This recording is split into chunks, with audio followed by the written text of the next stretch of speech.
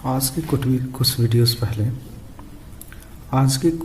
पहले हम लोगों ने पढ़ा था एक कॉन्सेप्ट 3/37 का, जो कि इससे रिलेटेड सवाल कई बार एग्ज़ाम्स में पूछे गए हैं, एसएससी में, बैंक में और रेलवे में या अन्य सभी वनडे एग्ज़ाम्स में, क्योंकि ये बहुत ही एक सिंपल सा नियम है 3/37 कॉन्सेप्ट। इस चीज़ को मैंने बताया हुआ है एक इसके पहले वाले वीडियो में, और आज मैं इसी से संबंधित एक और नियम बताऊंगा जो कि कई बार एसएससी में पूछा गया है, चाहे जीडी हो, सीएचएसएल हो, एमटीएस हो या सीजीएल हो, कई बार परीक्षाओं में पूछा गया है।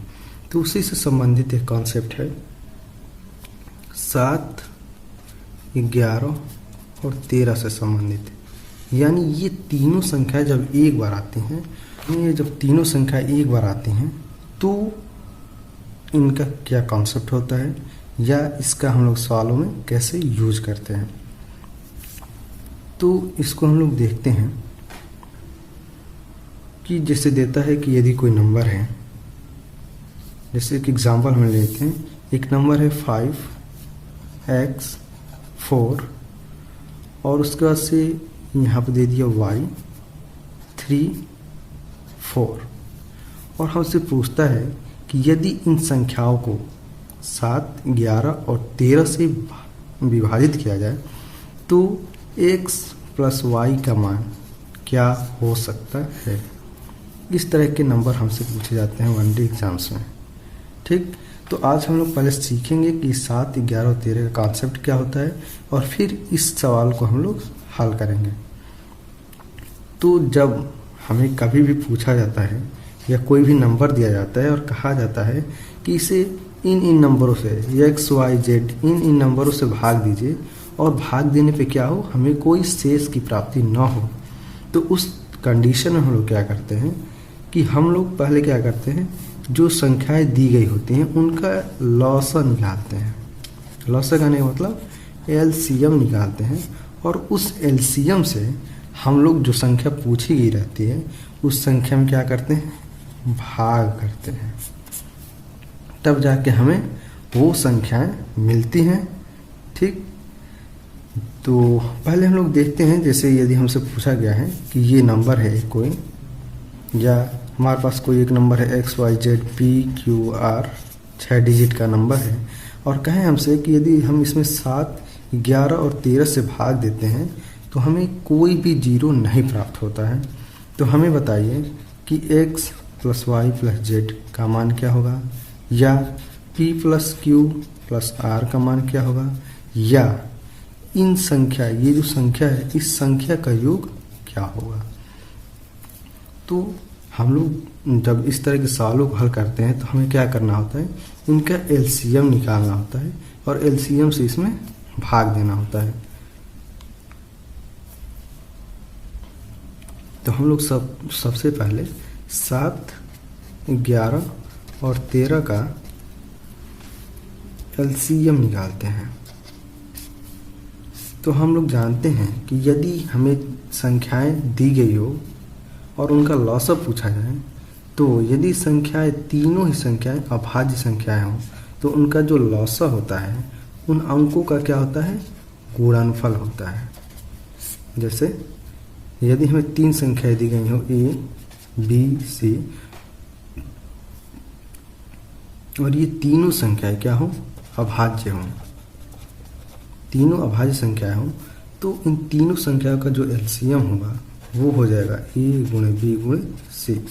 तो उसी प्रकार से जब हम 7, 11 और 13 का एलसीएम निकालते हैं तो ये कितना आता है, 7 × 11 × 13।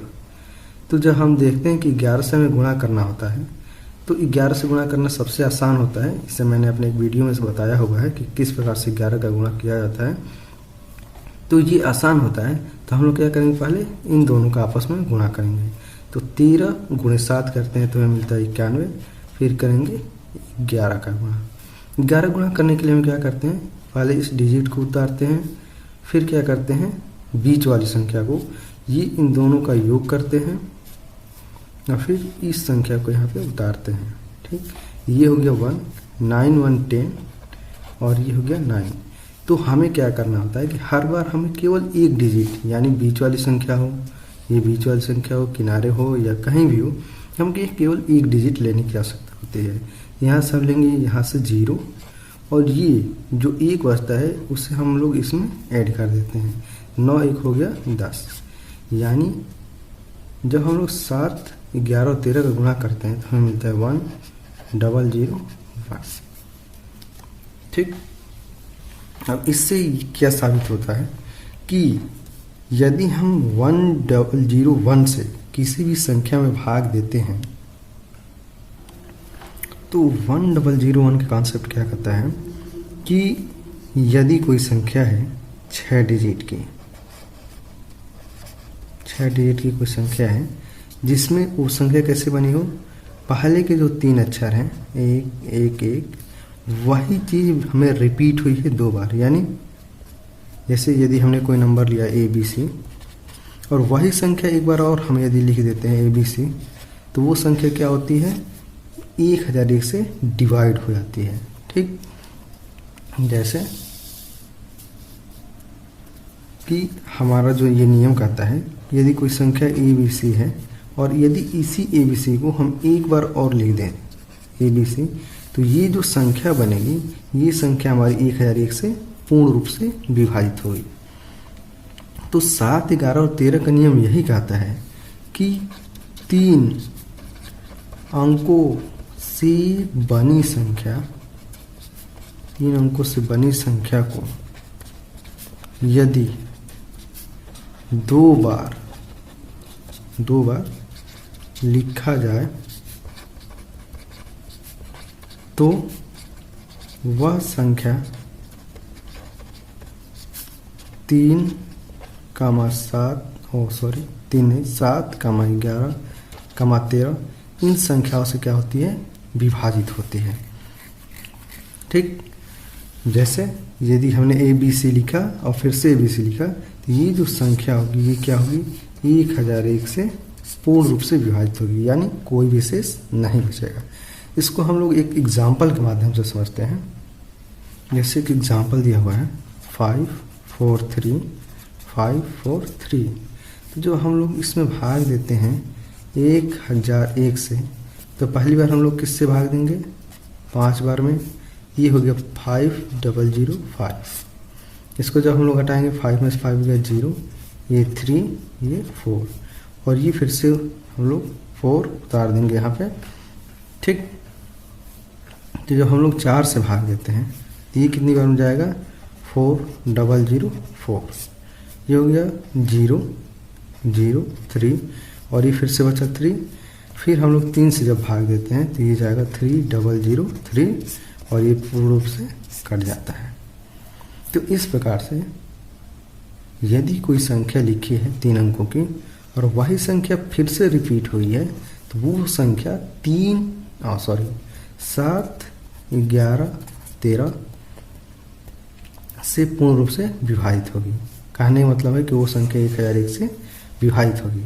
अब एक क्वेश्चन मैं बता रहा हूँ जो मैं इसके पहले डिस्कस कर रहा था कि SSC में क्वेश्चन पूछा था कि यदि कोई संख्या है 6 x 5 y 3 z, ठीक, यदि 6 डिजिट की कोई संख्या दी गई है और उसने कहा है कि ये संख्या 3, मैं सॉरी बार 3 आ जा रहे हूँ, ये थी संख्या 7 11 और 13 तीनों संख्याओं से सम्मिलित रूप से विभाजित है, तो हमें x plus Y plus Z का मान क्या होगा। ठीक। तो यदि हम लोग जानते रहेंगे कि 7 11 और 13 का कॉन्सेप्ट कहता है कि 3 अंकों की संख्याएं हमें 2 बार रिपीट करके लिखी गई हो, तो वो संख्या इससे पूरी विभाजित होती है।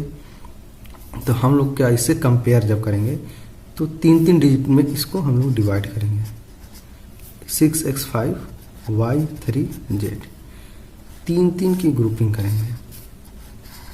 ठीक।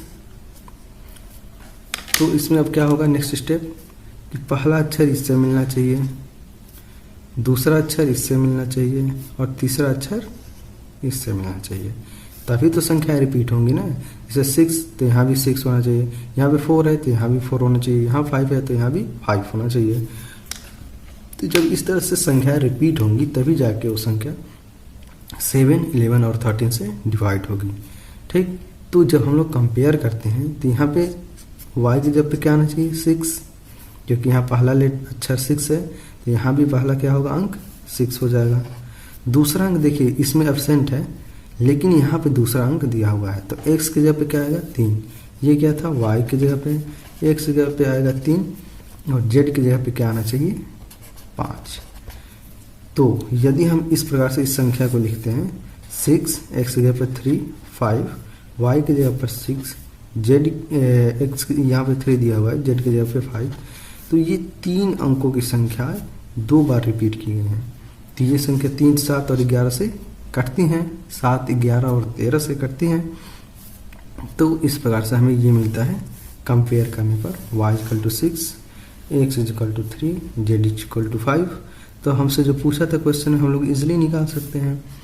तो हम लोग जैसे 6 + 3 + 5 = 6, 3, 9, 9, 5, 14, ये हो गया हमारा आंसर।